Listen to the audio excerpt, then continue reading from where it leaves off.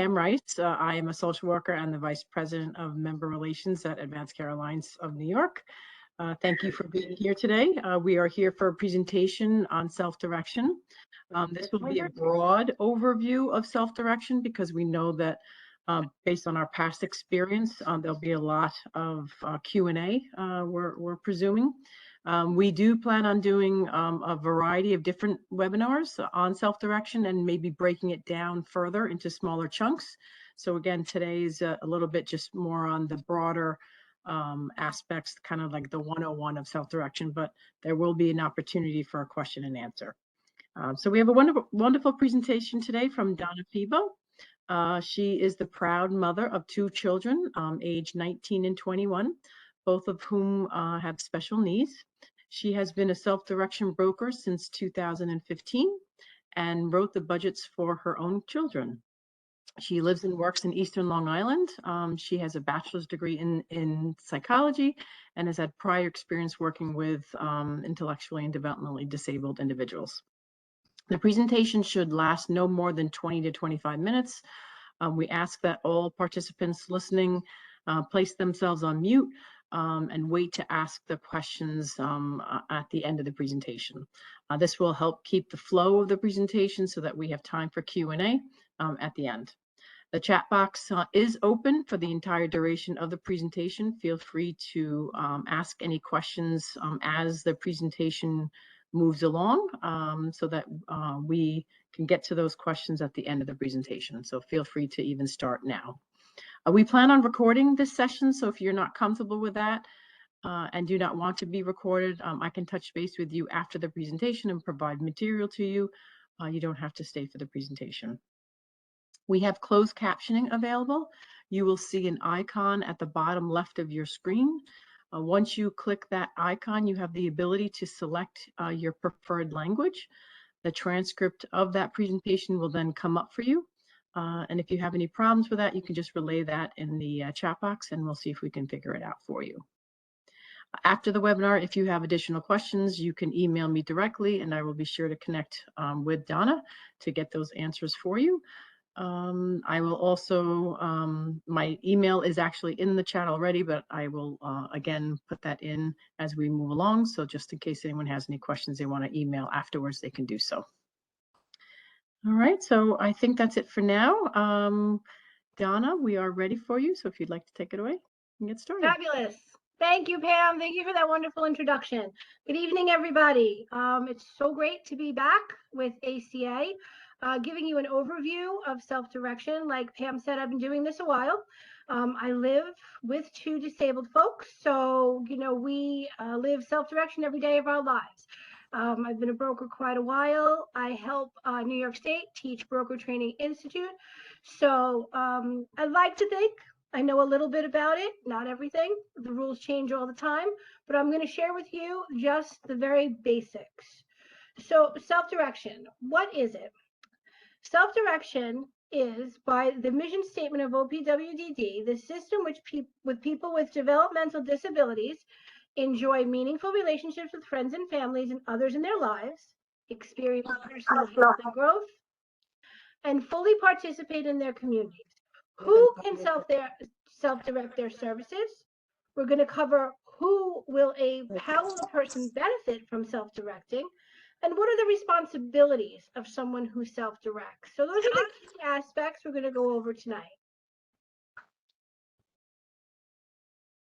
So self-direction, we like to say, is a circle. And it's a circle that revolves around the individual who chooses their own supports and services.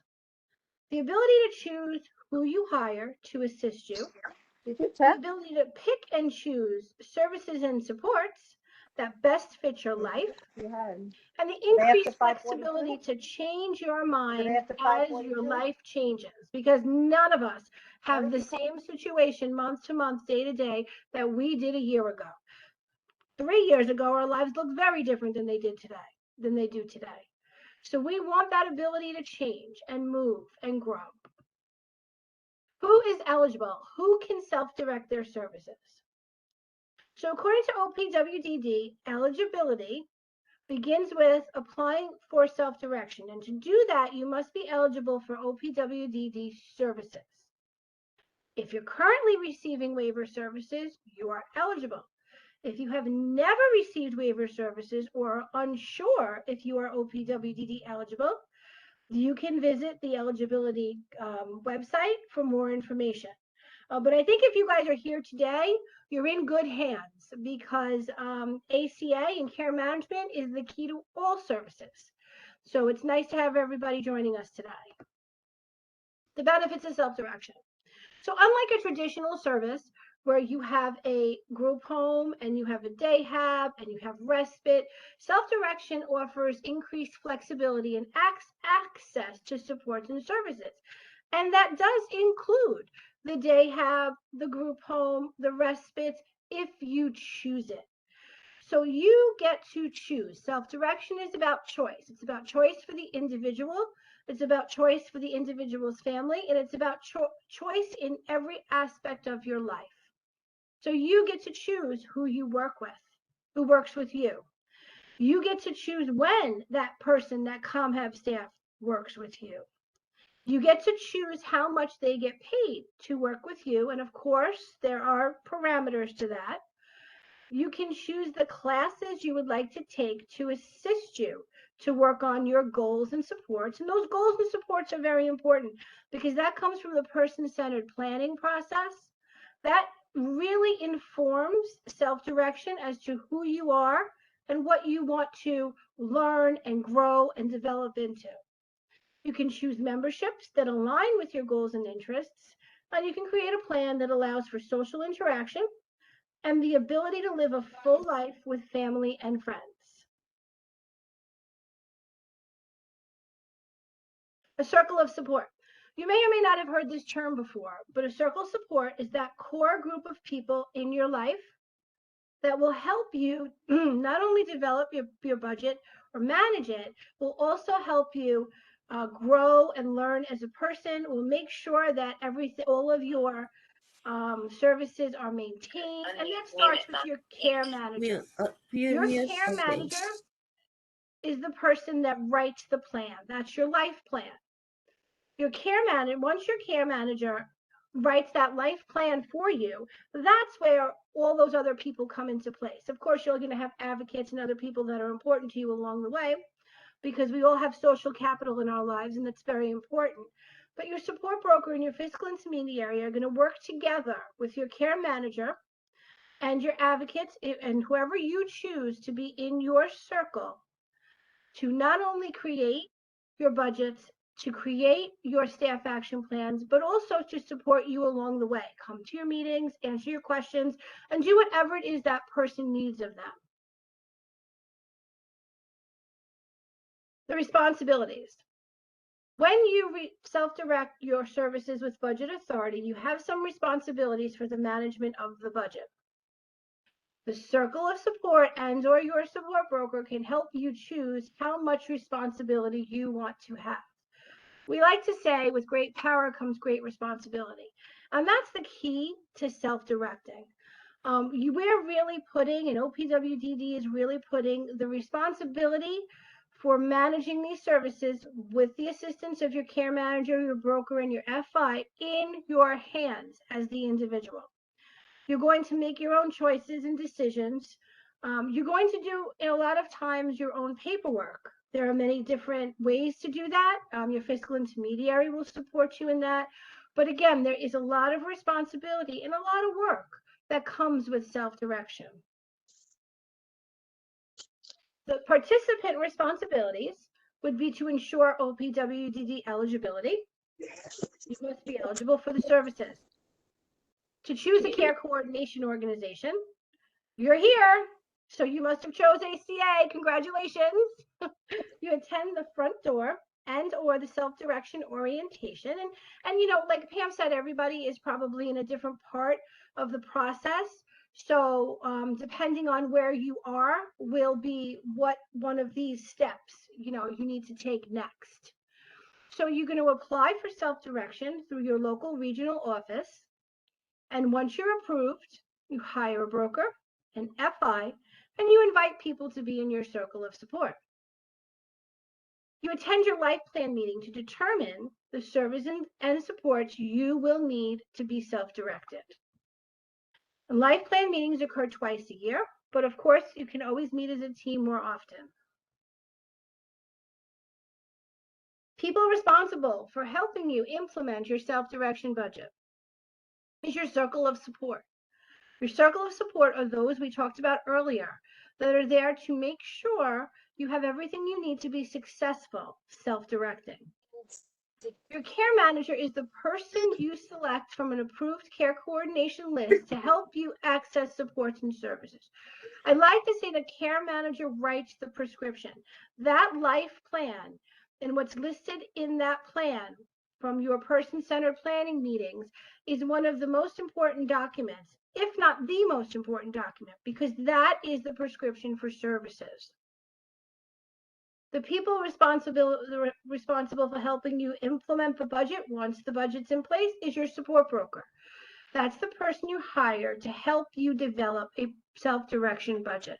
That's the money person. That's the person that will communicate with the FI when you want to make changes, how those changes can be made, what the rules for making the changes are. Your fiscal intermediary or your FI is the agency you choose to manage your budget, and the regional office self-direction liaison. Everyone who has a self-direction budget has an assigned liaison from OPWDD, and that person can be invited to meetings, and that person is a part of your circle if you so choose. Roles of each circle member. Like I said before, the care manager assigned by the CCO to complete and maintain the life plan, to assist with identifying services and supports for the person. The advocate supports the person chosen by the individual to attend meetings and help the person manage the SD plan. The support broker creates and maintains the self-direction budget, makes changes when needed, and monitors expenses and reimbursements. And the fiscal intermediary reviews and pays expenses, maintains monies paid out to families and received from Medicaid on behalf of the families, employers of record, and monitors staff and pay salaries. So I like to say the fiscal intermediary is your HR department. They're the ones that make the machine run smoothly. And all of these people work together to support the individual. There are 3 documents that are very important in self-direction. There is the life plan, which was created from the person-centered planning process, and it's the prescription for services. It consists of the narrative, who you are. Tell me about your day. Tell me where you live. What are your likes and dislikes? What makes you happy and sad? Then there's your goals and supports, and those are the things you've identified that you want to work on. They can be long-term, they can be short-term. Then we have the safeguards. What do we need to do as a team to help make sure you're safe? Do you need assistance in the community? Can you evacuate independently? And then the life plan also lists the waiver services that you are approved for and other important members and providers. The staff action plan describes how to work with the person, the steps and actions to be taken to work on a goal or support, or the job responsibilities for your ComHab and SEMP staff. What are they going to do to help you work on your goals? And finally, the self-direction budget, the template that lists all of the budget lines and monies allocated for each line. The budget itself is not the most important document, and that's why it's listed third. The most important thing to remember with self-direction is what do I need to do? What are my goals, and how do I need to achieve those goals? And how am I going to get there? And what are those steps? The money comes after you've identified what you want to do. Then we plug the money into the budget. It's how we pay for everything. And that's it. That's your overview. That's very, very basic, because I know Pam said on these initial meetings, these 101s, most of what we do is questions and answers. So I'm going to turn it back over to Pam. Thank you, Donna. Yes, we have found, again, I will reassure folks that we will definitely do different versions of self-direction webinars. We have found that the more simple it is, the easier it is to kind of gear the conversations towards our members in terms of what's really on their mind. We do plan on doing, really much more laser focused areas that would certainly focus maybe just on the budget or other areas. But for today, we're just going to do a broad overview. So just to kind of make that clear. So, all right. So we have our first question. A person who has guardianship on someone over 18, would that person do the tasks of self-direction? Okay, I'm going to answer this. It's a broad question, so I'm going to interpret what I think the question is, and I'm going to answer Sure. it that way. So when you say the tasks of self-direction, I'm assuming you mean ComHab, being their ComHab staff. So in self-direction, in order to be someone's ComHab staff, you have to, if you're related, you have to live outside the home. So in other words, you also can't be a parent or a legal guardian. So and I know why this question is being asked, but so if you want to hire a ComHab staff, let's say I need a ComHab person. You need salt? Okay, I can't hire my mom or dad because they're my legal guardians. I can't hire my brother because he lives in my home, but I can hire my sister because she lives in the next town over. So she can come in and be my ComHab staff. Self-direction is very different than CDPAP. So they're different rules. And I think if I've answered it correctly, that's what was meant by that question. Can I actually jump in? Thank you for that question because it's awesome. That's one of my questions. So my daughter is 19. I am a guardian of her. I do not have family outside the house that can support. We're on our own. She gets, right now, she's in school, Jesse Kaplan, which is why I'm here. She gets CPAP and she gets CDPAP from Maxim and respite from and ComHab from CBS. And Life Plan CEO is our case manager, and I've been informed that I should be self-directed so she can have more services when she's 21. Is that kind of relates to that woman's question? Am I aligned with you, Rashida? Oh no, not Rashida. I sure was. Yeah, Rashida. So is that the same thing? Oh no, wait. I'm sorry, I think Kimberly. it was Kim, yeah. Yeah, it was Pamela. No, it was Kimberly. Yeah. Hopefully that was like a 5-prong question. Yeah, it could be. Some people may not respond. So Donna, you respond how you see fit. Okay, so I'm not really entirely sure what you're asking me. You have CDPAP for your daughter. She's 19. She's still receiving school-based services, correct? That's correct.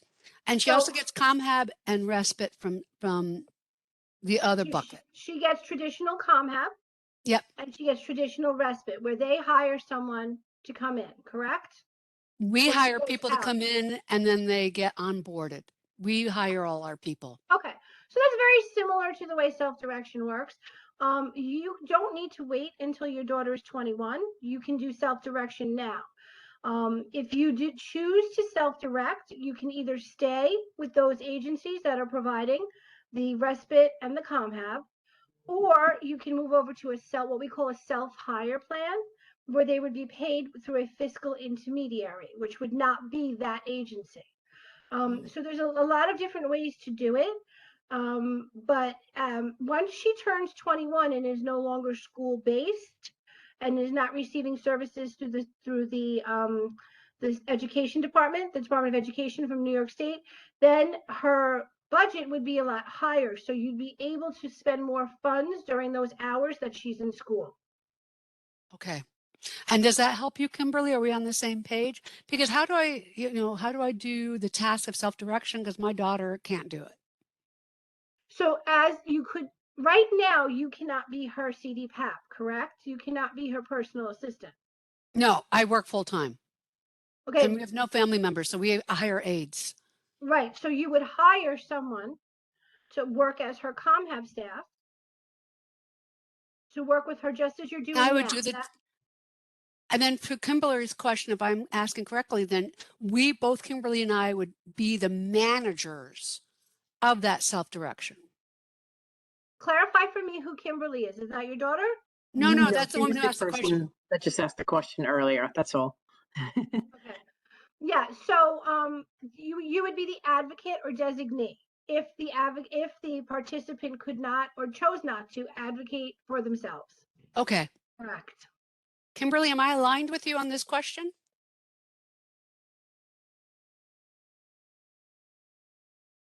She may not be responding, Alex. So, Yep. you know. No, it's it's okay. awesome. That was a really good question. I apologize sorry. for hijacking. Kimberly No definitely. worries. Kimberly She said actually yes. said yes. Kimberly said yes. Oh, there you go. Yeah. Thank Perfect. you. I would love to stop sharing to give anybody else has their camera on to be able to see each other. I'm not just entirely sure how to do that. So On the bottom. Yeah, Donna, you should be able to go in and stop presenting. There should be a button that says stop presenting. Stop video. No, that's not it. Hi, my name is my name is Clarice, and I kind of want to piggyback off of something the last lady just said. So it's not my broker who, okay, so say I find my staff, it's his cousin. They don't manage things and pay him. I'm doing that. Okay, so you are legal guardian. What is your relationship to the participant? It's my son. I'm my son's legal guardian. You're your son's legal guardian. So if your cousin was going to work with your son, right? Am I on track here? I'm understanding? Yep. Okay. So if your cousin is going to work with your son, your cousin has to be over the age of 18, just so we're clear, and not live in the home. We're good. Then what would happen is the fiscal intermediary, whoever it is that you choose, and there's a bunch of them throughout New York State. I'm on Long Island. We work with 20 of them, but there are more fiscal intermediaries throughout New York State. The fiscal intermediary is the one that would you're what they call co-employers of record. So you, as the guardian and the designee, would be a co-employer of record with the fiscal intermediary, and together you would hire your cousin. And what I mean by that is you say, my cousin is a good fit to work with my child, okay? And my participant, fabulous. You've made that choice. You're allowed to do that. The fiscal intermediary now will put them through what we call a clearing process. Everybody you hire has to be fingerprinted. They have to be background checked. They have to fill out a regular employment application as you would anywhere else. The fiscal intermediary is responsible for taking the taxes out of their paychecks, making sure that they have the right information if they want health insurance and benefits and all of that. And they're like the HR department. That's where the check comes from. Those Medicaid dollars go from Medicaid to the fiscal intermediary to the ComHealth staff. Does that make sense? Yes. Thank you. Thank you very much. You're welcome. I still can't figure out how to stop sharing. I have a question, Lita Katzer, which I actually put in the chat, but I'd like to ask it. Two questions, actually. First, my daughter is not in self-direction yet. My husband and I were in our 70s. My daughter's 35. The reason we've hesitated to do self-direction is because whereas now we're certainly capable of coordinating everything that needs to be coordinated and finding people to staff her, we don't have any family or younger friends who could take over that job once we die. And I don't know if the fiscal intermediary can take on, or the broker can take on more responsibility. What do you suggest? I mean, do we need to hire someone to do what we would be doing? So Pam, I don't know if you want me to field this one or you want to field this one because it really speaks to guardianship.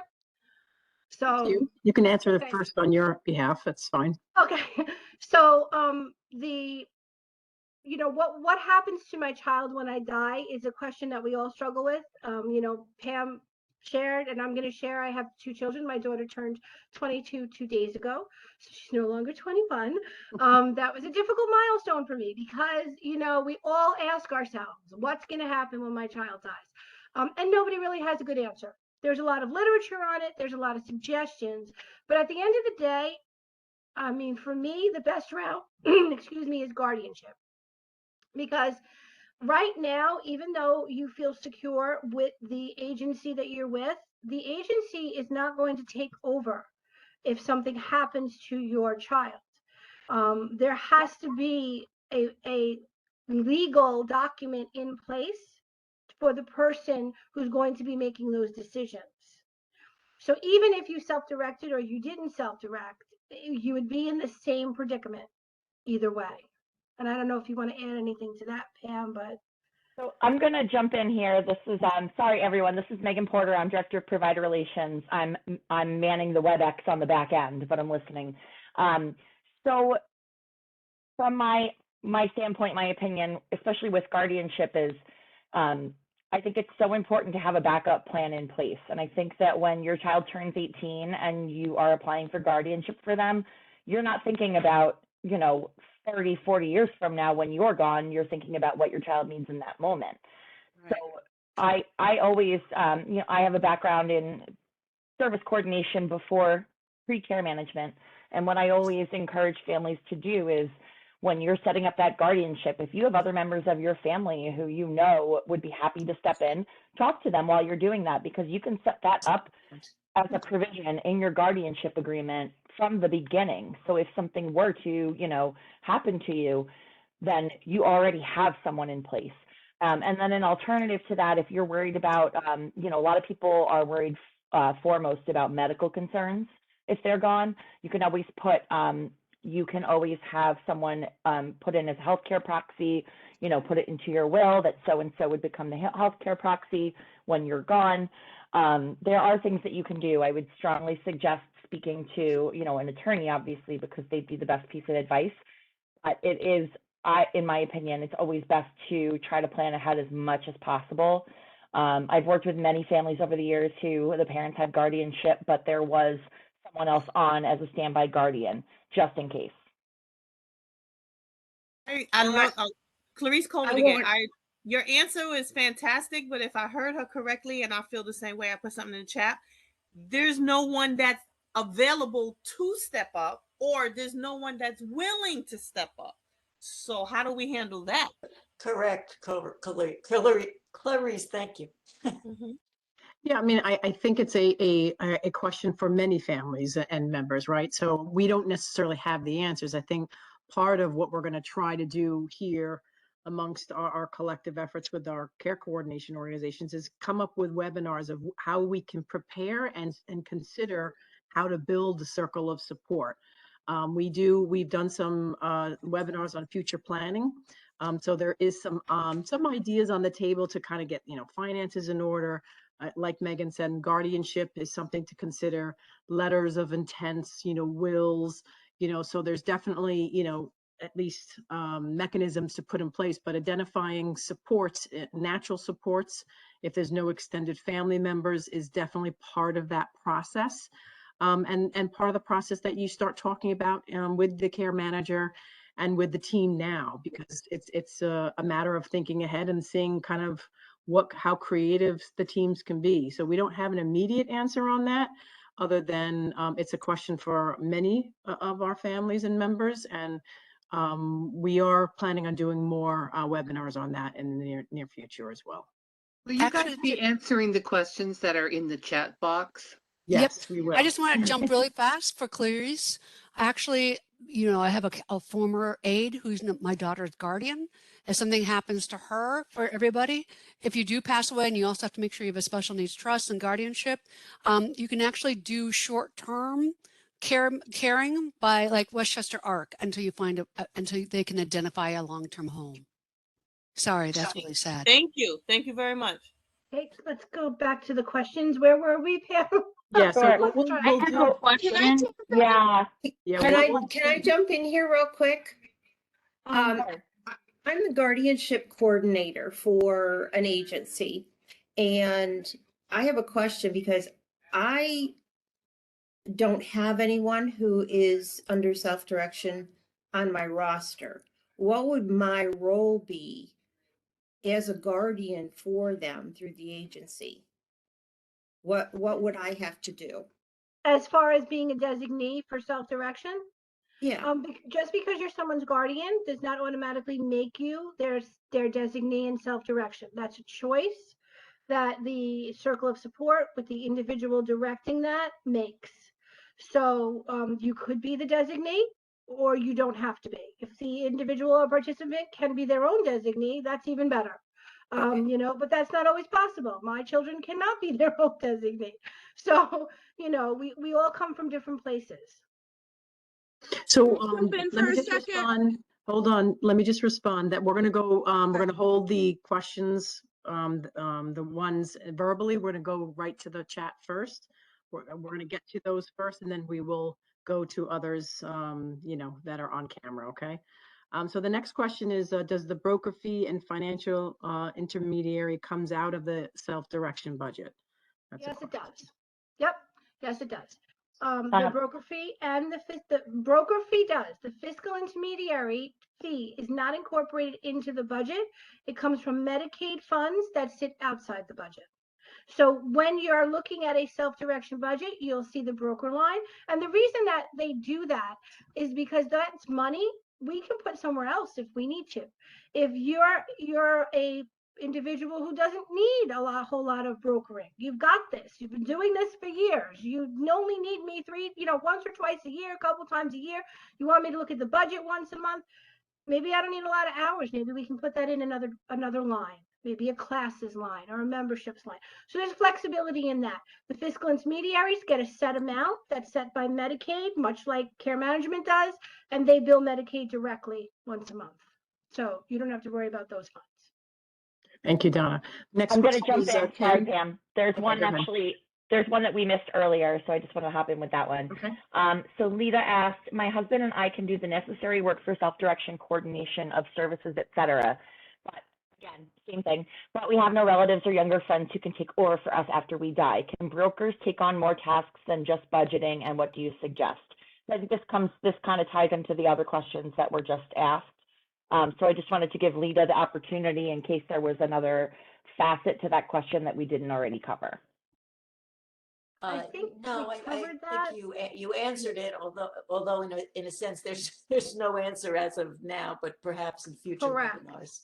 Correct. And you know, there are great advocacy groups out there, and there's discussion underway about something called an enhanced broker or someone who would be willing to step into that role, but we haven't gotten there yet.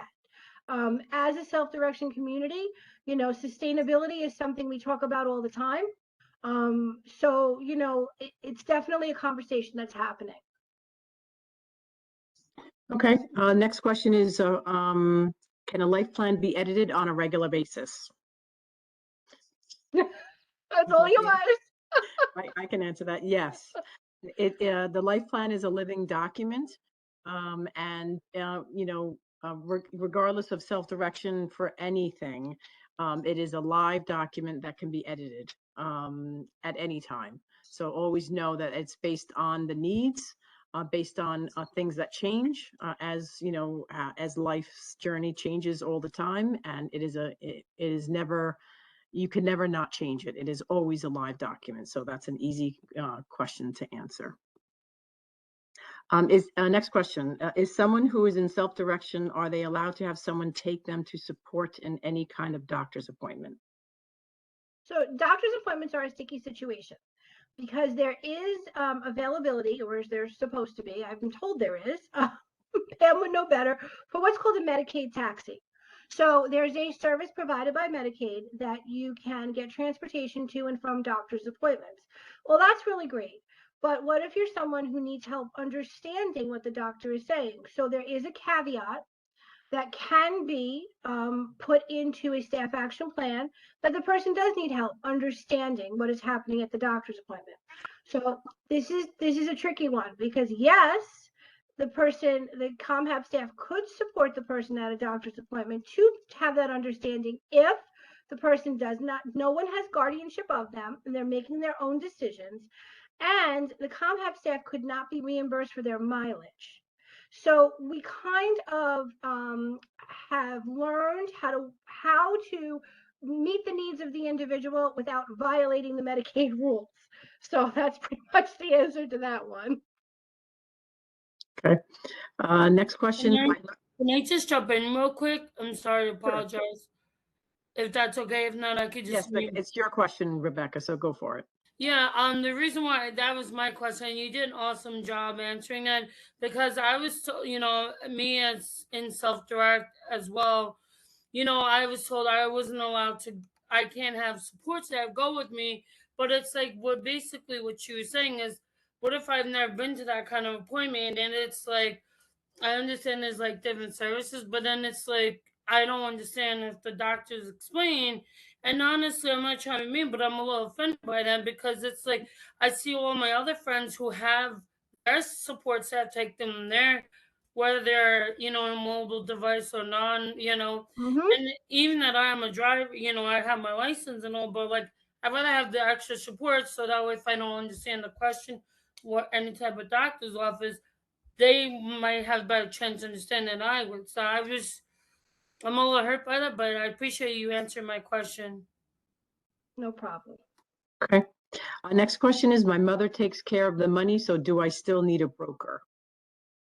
So the broker has nothing to do with your personal resources and your personal funds. The money that the broker puts into your self-direction budget are all Medicaid and state dollars. So when we create a budget, we're creating a guess of what funds are going to be needed for a year. And again, it's a living document, just like the life plan, and funds can be moved around.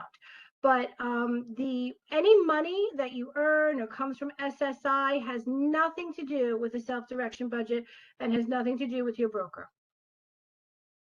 Okay. Next question is in two parts. First part is, can a person who is in full-time DAHAB have self-direction? Yes. That's the answer to that. Okay. And then the second part is, will there be enough money in the budget? Yes. So there's different types of budget based on an individual's needs. So someone who is in a DAHAB, meaning that they are going full-time Monday through Friday, approximately 9 a.m. to 3 p.m., we can create a budget called something called a residential only, which will set aside those DAHAB funds, and then the rest of the monies that are available, we would self-direct with. So we would make decisions and plans and classes and memberships and all that fun stuff to happen outside of the DAHAB day. Okay, great. Thank you. How does it work when my son is in SUNY college? So self-direction cannot pay for college. Medicaid does not pay for anybody's matriculated college courses. I know that's a broad question, because would they be living there? Would they not be living there? There's many different variations on a theme when it comes to colleges, but supports and services, yes, would still be available. That would be something to work out with your circle. Okay, great. Next question. Oh, hold on a second. Hold on. I think I have it. Do you have to be a certain age in order to get self-direction? Do you need to be a certain age to get self-direction? The HCBS waiver can be applied for at any age, if I'm correct. Correct me if I'm wrong. However, self-direction itself is a service that is usually available to individuals who are 8 years and older. Occasionally, self-direction will be allowed provisionally for those at 5 years old, but it's 8 is the age where you really are going to be able to use those supports and services most effectively. I'm sorry, I have a question. I don't mean to interrupt. I'm sorry. Related to that question? Yeah. Yes, it is. Great. I'm sorry. Yeah. My son actually is 7 and he has provisional. Is that correct? We are still dealing through you guys. I'm still sending information over for the case coordinator. We don't have a broker. I'm kind of a little lost, really. I'm confused on certain things, but we were going to do the self-direct route. But I feel like by the time everything is complete, he's 6 now, he turns 7 February. So we're going to be going through the whole process all over again for his permanent eligibility. At age 8, yeah. Yeah. So I guess I don't really know how that works. Is it should I be doing self-direct once everything is set up? I guess I'm just waiting for like the case coordinator, I guess, to get, if I'm saying that right, a case coordinator to be assigned to him. So I'm just going to jump in.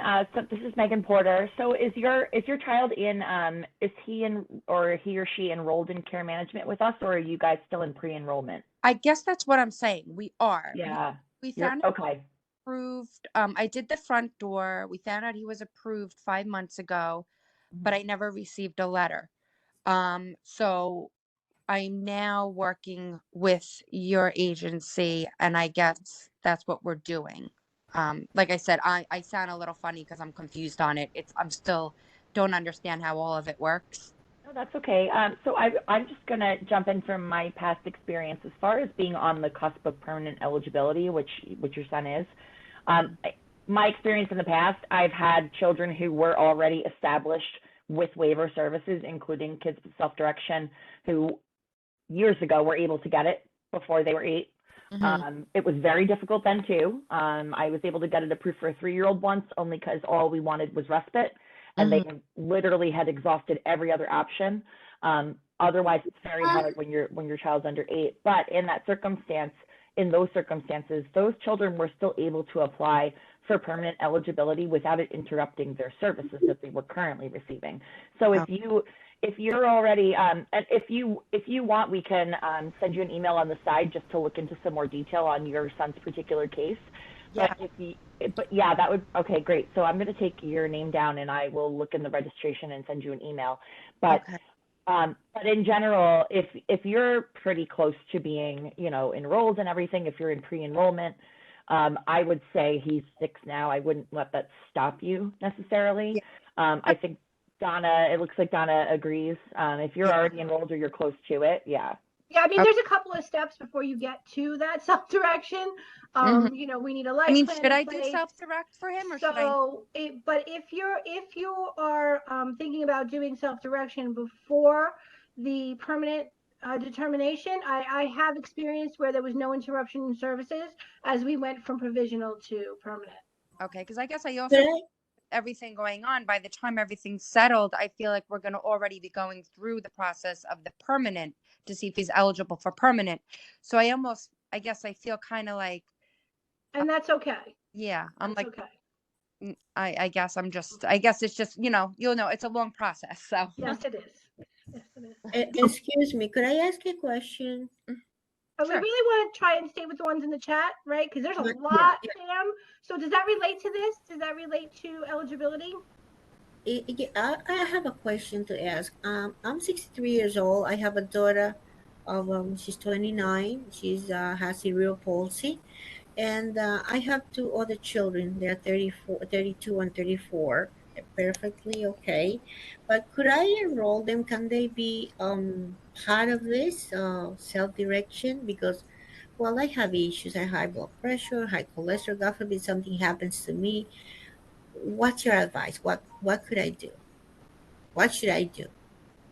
Well, from a self-direction perspective, they could, as long as they don't live with you, they could become HEP staff. They could be a designee for your daughter. But when we're talking about guardianship, that's a completely different conversation. So I'm not entirely sure what you're asking there. So this conversation, this meeting is regarding the self-direction or guardianship? Self-direction, right? Self-direction. Right. Now, my question is, can they be part of the self-direction? Like, if God forbid something happens to me, how could they? What I'm worried about is if something happens to me, who will take care of my daughter? I have 2 other children that are 34 and 32, and could they be like a designated guardianship or? Yes. So how can how can they do? If you want, Irma, Megan could take your name down and we can chat with you on the side to just, really talk about maybe, a plan with the care management, team involved and see kind of what your options are. Would that be? Yeah, because I never knew about this, and my daughter's been into this ACA for my God for a long time, and found out about this guardianship and all that just recently. It's okay, Irma. We understand. So that's why we're here. So These we'll kind take folks your. will do it. They'll hook you up. We'll take Well, your I'm name. just the legal guardian because I'm the mother, but biological mother, but I don't have any paper that proves that I'm, the Right. legal guardianship. I was never in front of a judge saying, well, this is my Hi, daughter. Irma. Hi, Irma. This is Alex. I'm sorry, I'm one of the participants. Could we actually take that lady's suggestion, Pamela, and you can take it offline with her? Yep. We'll take it offline, Irma. Okay. Thank you so And then much. All right. Also, Okay. Thanks so much. information. It's Carrie Seda again. If you could just send me that info, this way I could follow up with what we were just speaking of regarding my son who's 6. Yeah, We just sent you an Carrie, email, Carrie. I just sent you an email, Carrie, and then Irma, I'm also sending you an email now, and we'll follow up. We'll talk some more tomorrow. Really appreciate that. Thank you so much. Sure, you're welcome. Okay. All right. So the next question is, let's see, is there an interruption when you change broker organizations and fiduciary organizations? Okay, so no. The short answer to that is no. The services and support stay in place while you're waiting for the next either FI or broker to take over. So there should be no disruption in services. Can you review what types of things, again, what can be paid for through a budget?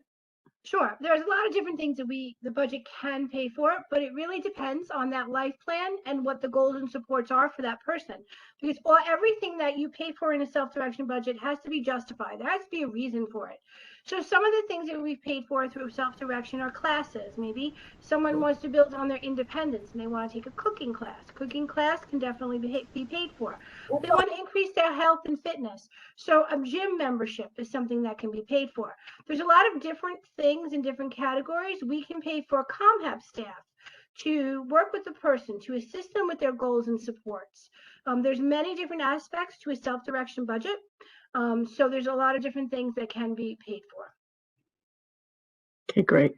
Where do we find FIs and support brokers? Where do we find them? So they're hiding. No, I'm kidding. So after you guys go through the process of your care manager applying for self-direction, you will then be asked to take a self-direction orientation class. Once you complete that class, and I think this is still the way it works, they will provide you with a list of brokers.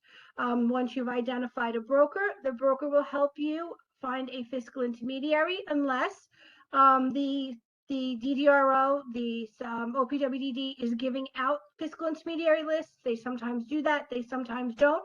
They're fiscal, like I said, there's 20 on Long Island. They're all over New York. So you'll have no problem finding a fiscal intermediary. And from a care manager, go ahead. Also, for those two, if you guys have Facebook too as well, if you also type in Long Island CSS and friends, you'll see some people who are actually brokers or ComHab staff that like need hours or that are asking to to work with individuals as well. So it's like Long Island CSS and friends. I know they asked a couple of questions, but I just want to throw that out there as well. Thank you, Rebecca. Thank you. I'm going to put that in the chat, welcome. Rebecca.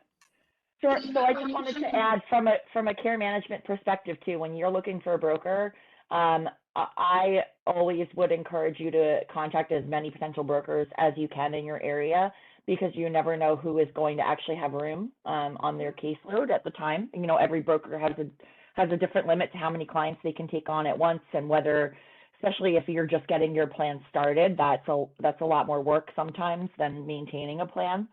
So I encourage everyone to contact any brokers that you can and set up interviews with them. See if it's a personality fit for you, because this is somebody that you are going to be communicating with on a regular basis, hopefully for a period of years.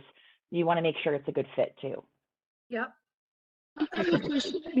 Okay, I'm going to go for the next question. What can you explain, Donna, what CDPAP is? CDPAP is Consumer Directed Personal Assistance Program, and it falls under the HCBS waiver. And I just did a webinar last week with the CDPAP agency because CDPAP and self-direction complement each other or can complement each other, and it's a task-based service. So you can hire someone, and they have their own set of fiscal intermediaries, but you can hire someone to work with you to help you with activities of daily living, cooking, cleaning, those types of services. Again, it's not habilitative. You're not teaching, you're not learning. Someone is doing the service for you. You're eligible for CDPAP as long as you have Medicaid. And the process is different. There's a different phone number to call. Money does not come out of the self-direction budget. And I'm going to answer the next question, which is yes, if the participant is over the age of 21, then a parent, guardian, or someone living in the household over 18 can be their personal assistant. So that's different from self-direction.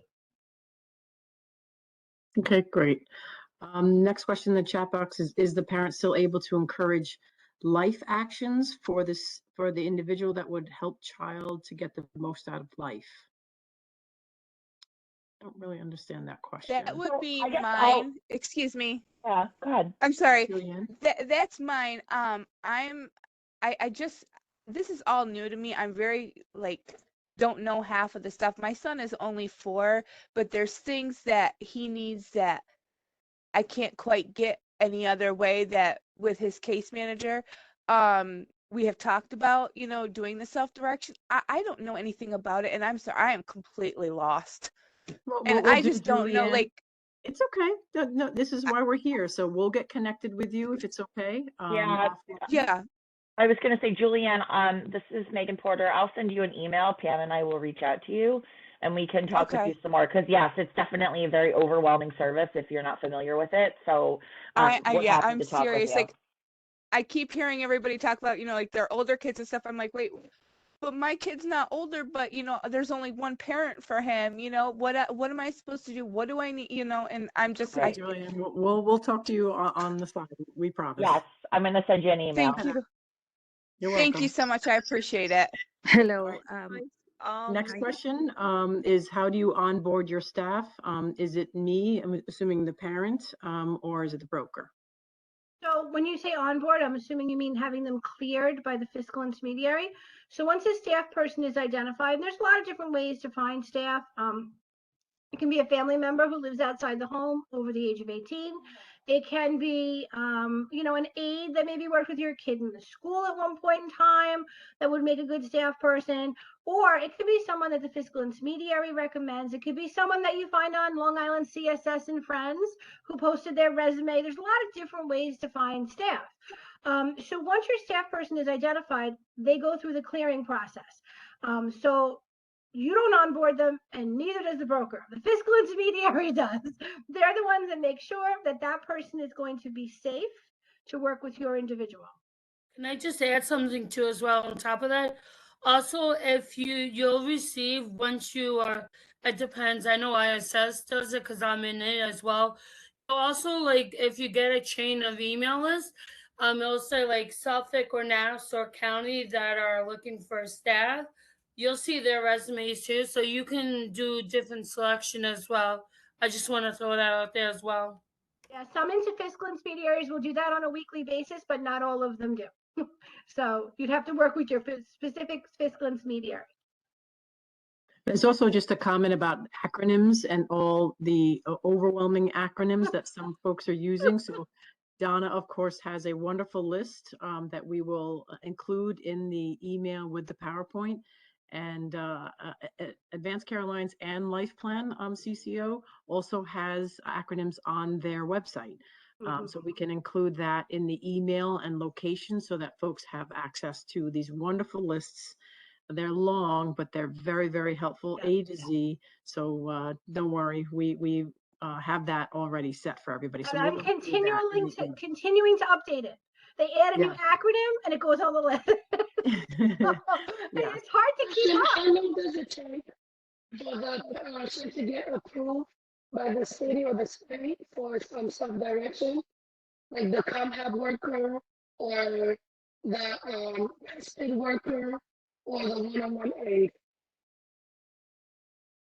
How long does it take to get approved, Donna? Where are we starting in the process? Yeah.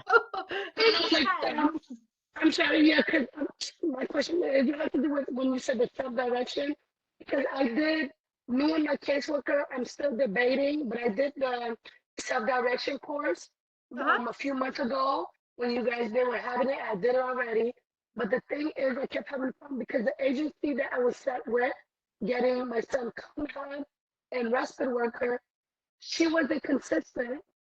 And on top of that, day she didn't come to work. She said she'll work. It's a bunch of stuff. But at the end of the day, I'm interested in the self-direction. I told my caseworker that I'm interested in the self-direction for my son. But I was told that is not a good route to go because it takes longer. It could take anywhere from a year to 2 years. And my son is only 11. So I'm trying to get him his services back as soon as possible. I don't know what the SARF process is like these days for a service amendment to add self-direction, so I can't speak to that.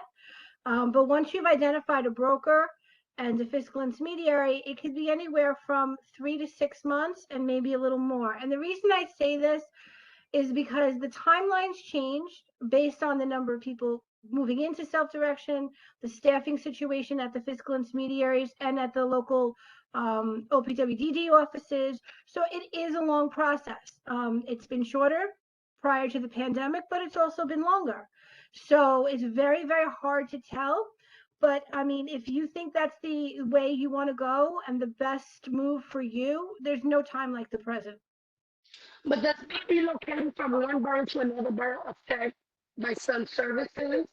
Because we moved from Brooklyn to Auburn, and a lot of services they tell me is more I have to get it from Long Island or I have to get it from Queens, because Auburn is like borderline by Howard Beach and stuff. So will that affect the services with the agency, with ACA services? Agency? No, most of the fiscal intermediaries will cross over from one county to another, and a lot of them do work in the metro area, so you should be fine. All right, so it's 7 o'clock. What we're going to do is the rest of the questions in the chat box, we will come up with responses to those questions and we'll send it out. Just give us, 2 or 3 days to kind of respond to that. I would like to get to some folks who've been patiently waiting with their hands up, just so we can, because I don't know what those questions are, so just bear with us with time. We're only going to spend a couple more minutes. So I'm going to start with Lori, if you want to unmute yourself. Walker. I appreciate it.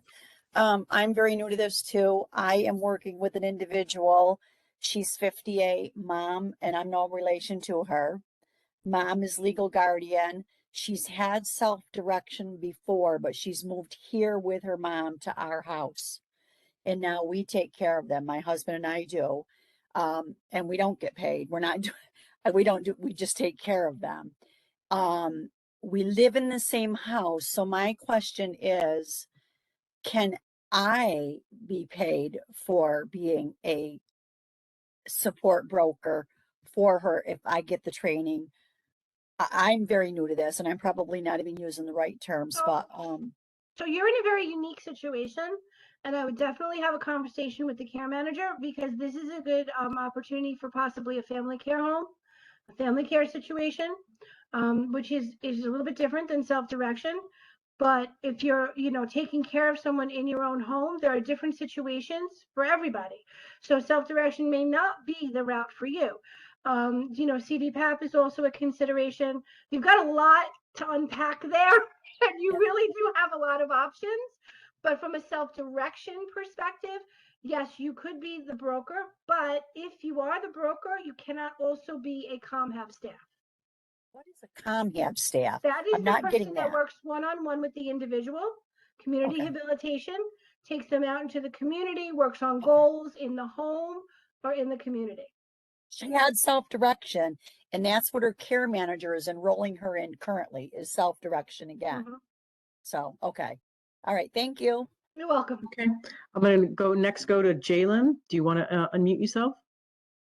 Hi, good evening. Like Julian, I have two sons. They're 4 and 5. I'm new to self-direction also, and I'm trying to understand it. My question is, they're receiving services from agencies right now. Does self-direction work hand in hand with the insurance company, or do I have to cancel the agencies that I have that working with the kids now when I do get approval for self-direction? Don't cancel any insurances. Don't do that. So self-direction is Medicaid dollars. Medicaid becomes the secondary or tertiary insurance, depending on the insurances you currently have. Okay. The other question is, with the hours that I'm getting already for respite, is like 28 hours for both boys, which is not a lot because I work and stuff like that. So can I hire staffing with self-direction for additional time for them? So the short answer to that is yes. However, it will depend on the funds available once the budget amount is determined. But if you're only getting 28 hours for both, I would say yes, you can probably increase those. One more thing quickly. The fact, well, from what I'm learning now is that I have to be there with let's say the HHA or the respite if they have to be with the boys, and if I want to run around and get stuff done, the self-direction helped me hire somebody else that can fill in for me to be there with the staff while I go around and do what I have to do. Without knowing your specific situation, because I don't know if there's a medical need or there would be a reason you have to have someone else, but self-direction is a one-to-one service. So each boy would have their own respite staff if you choose to self-hire, and you would not have to be with them. But again, let me say, I don't know the specific circumstance. So in general, that's how it works. Okay. They don't need any because they're just on the spectrum. They're on the spectrum right now. And so what I'm learning is that before they used to allow the parent to go out and do some self-care or do something for themselves or run around, get errands done and stuff like that. But now they're saying that the parent have to be in the home with the respite or the HHA anytime they're there. Like, it's hard for us if we have to, let's say, go get our nails done or do some self-care, you know? Pam, I don't know if you want to speak to this, but respite in the OPWDD world is relief to the caregiver. That is the whole point. So I think you may need to have a conversation with your care manager and your support team on this. Yeah, I think it's just best that we just take it off because it's very specific questions, and it might be just easier if we just take it offline. And we can send we'll send you an email right now, and we'll start that conversation on the side. All right. Thank you. Is that better? And then I just want to, we're going to wrap up with 2 more questions. We have one from Heather. Would you like to unmute yourself? Hi, I'm here with my mom. Hi. Heather. Heather's 31, well, going to be 31, and she's very interested in getting involved in this program. However, she's mentioned it several times to her worker, and they don't seem to follow up with it. Is there a way that she could reach out to somebody and find out how she can apply for this program? Absolutely. And that's the care manager is the key in all this. So we will track your name now, and we will send you a separate email and get that conversation going. There's no reason you need to be in the dark at all, Heather. And we'll follow up. Thank you. Thank you. You're very welcome. And we have another question from Scott. Would you like to unmute yourself?